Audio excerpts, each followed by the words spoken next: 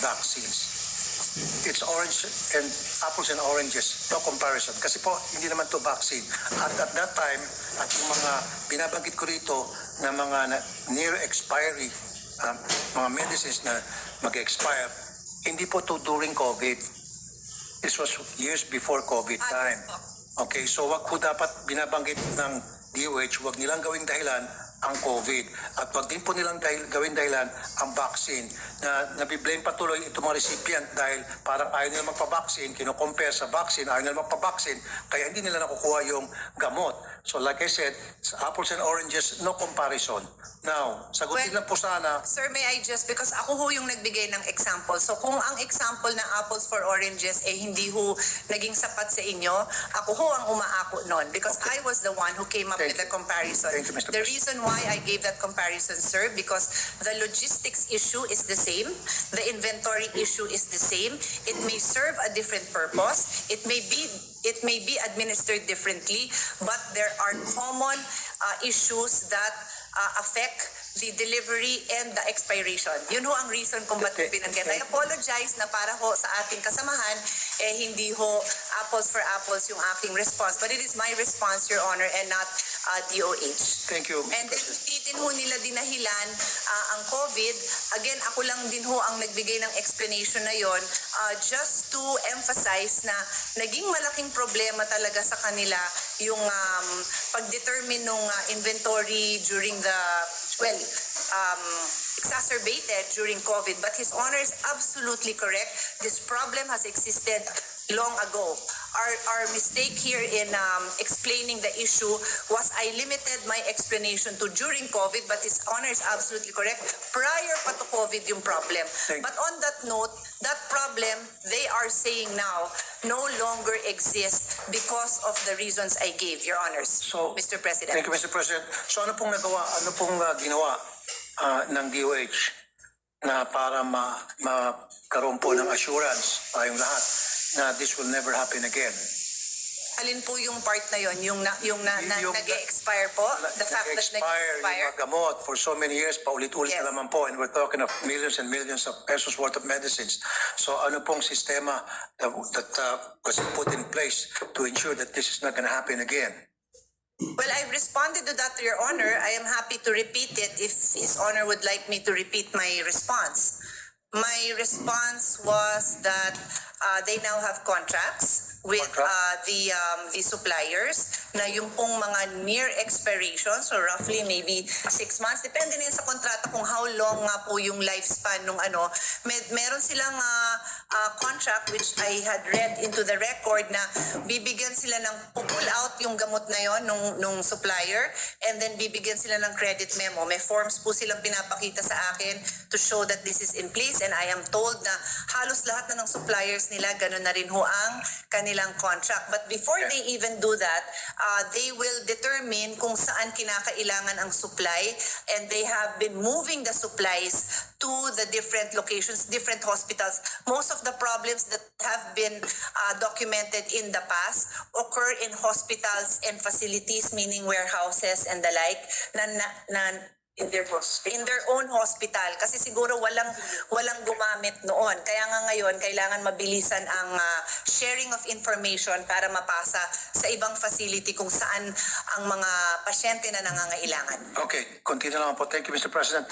So, yan po siguro isa sa mga document na gusto ko pong makuha from the DOH. Yung buong mga medicines na nag-expire, umuntik na mag-expire, and about to expire, na ma-provide tayo to make sure na yun po inapalitan ng bagong mga gamot. Do we have a list of those? Do we have documents pertaining to those medicines na pinalitan po ng manufacturer? Mr. President, I am told by DOH that it has been submitted to His Honor's office. Nope, we have not. Otherwise, I wouldn't be asking for it today. Yeah. I just want to show na hindi sir. I'll be happy to.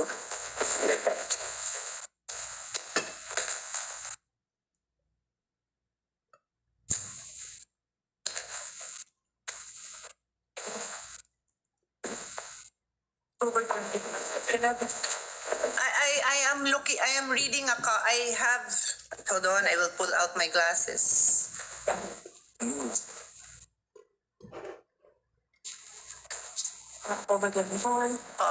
This is an email.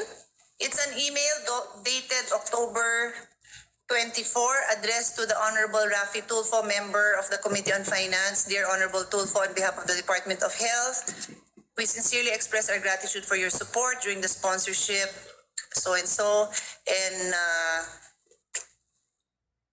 in accordance with the discussion and key agreements made during the said meeting, they are submitting. Medyo putol lang, but it was sent, Your Honor, October 24. Is this the name of the Legislative Liaison Division Legislative Late ng Senate? ng DOH. Kayo nag-send to Senator Raffy Tulfo's office. Baka pa pwede lang, I mean, in good faith lang naman, pinapakita nila ho itong email na pinadala sa office nyo. Baka Okay. check nyo naman din yung email kung tama. Minsan, nagkaka-problem tayo because of that. But they're also happy, Your Honor, to receive Thank you. it. Thank you, Mr. President. Dalawa na lamang po. So, how much is the allotted budget for 2023 for the purpose of purchasing new medicines and Medicine. DOH? 20. Mr. President, the total budget for commodities is 29.1 billion. Okay? 29.1 billion for the purchase of medicines. Including the decline here. For the record, Your Honors, the item of commodities includes vaccines. So maybe, Mr. President, nagkakaroon po ng overpurchase kaya po nag-expire yung ibang gamot o near expiry sa expiry date.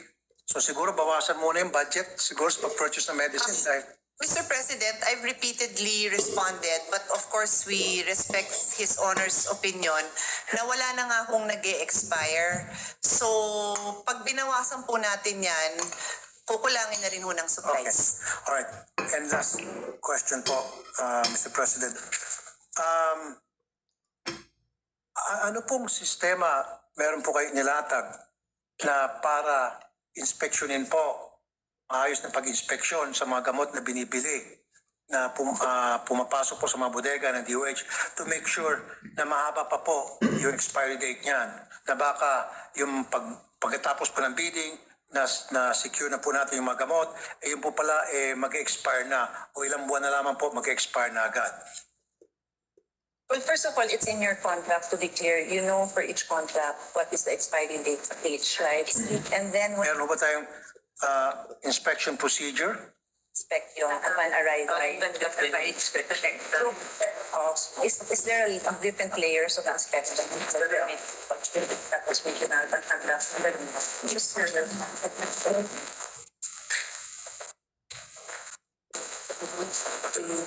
please, okay, hindi na-verify lahat yun.